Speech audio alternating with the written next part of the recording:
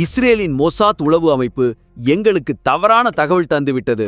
அமெரிக்க அதிபர் Donald Trump அவர்கள் போர் நிறுத்த அறிவிப்பை வெளியிட்டபோது எங்களுடைய உளவு அமைப்பினரும் மொசாத் உளவு அமைப்பினரும் ஈரான் குறித்து தவறான புள்ளி விவரங்களை சொன்னதால்தான் போரில் இறங்கினோம் என்று கூறினார். அதாவது கடந்த 40 வருடங்களுக்கு மேலாக பொருளாதார தடை இருக்கின்ற இந்த ஈரானில் மிகப்பெரிய அளவில் ஆயுதங்கள் இருக்காது, ஆராய்ச்சியாளர்களும் விஞ்ஞானிகளும் இருக்க மாட்டார்கள் என்று அமெரிக்க உளவுத்துறை மற்றும் இஸ்ரேலின் மொசாத் உளவுத்துறையினர் அனைவரும் தனது அறிவால் சிந்தித்தும் யூகித்தும் கணித்ததை ரிப்போர்ட்டாக எழுதி அனுப்பி வைத்து விட்டார்கள். அதை உண்மை என்று நம்பிதான் இஸ்ரேலும் அமெரிக்காவும் போரில் குதித்தது. ஆனால் 2 நாடுகளும் புறமுதுகிட்டு ஓடுகிற அளவிற்கு ஈரான் தன் வல்லமையையும் ஆற்றலையும் அறிவையும் நிரூபித்து விட்டது.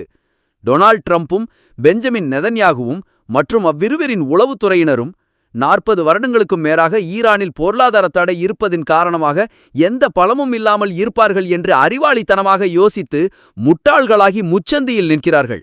ஈரான் பயன்படுத்திய ராக்கெட்டுகளின் பெயர்கள்: 1 ஷகாப் 1 குறுகிய தூர பாலிஸ்டிக் ராக்கெட், 2 ஷகாப் 2 இது ஷகாப் 1ஐ விட மேம்படுத்தப்பட்ட வடிவமைப்பு கொண்டது மற்றும் அதிக தூரம் செல்லக்கூடியது, 3 ஷாபென் இது நடுத்தர தூர பாலிஸ்டிக் ராக்கெட், 4 சஜ்ஜில் இது 2 நிலை திட எரிபொருள் ராக்கெட் ஆகும், இது அதிக தூரம் செல்லக்கூடியது, 5 கைபர் பர்சான் இது ஒரு நடுத்தர தூர பாலிஸ்டிக் ராக்கெட், 6 ஸ்கட் பி ஸ்கட் சி, 8 ஃபாத்தே 100 போர் விமானங்கள் மூலம் போர் செய்யாமல் உட்கார்ந்த இடத்திலிருந்து போரை 12 நாட்கள் 2 வல்லரசு நாடுகளையும் அலறவிட்ட ஈரான் உண்மையாகவே சுப்ரீம் ஸ்டார் தான்.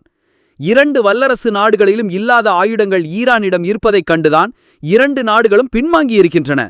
தற்போது உலக வல்லரசான அமெரிக்காவும் இஸ்ரேலும் பார்த்து பயந்து நடுங்கும் சூப்பர் வல்லரசாக ஈரான் மாறி நிற்கிறது.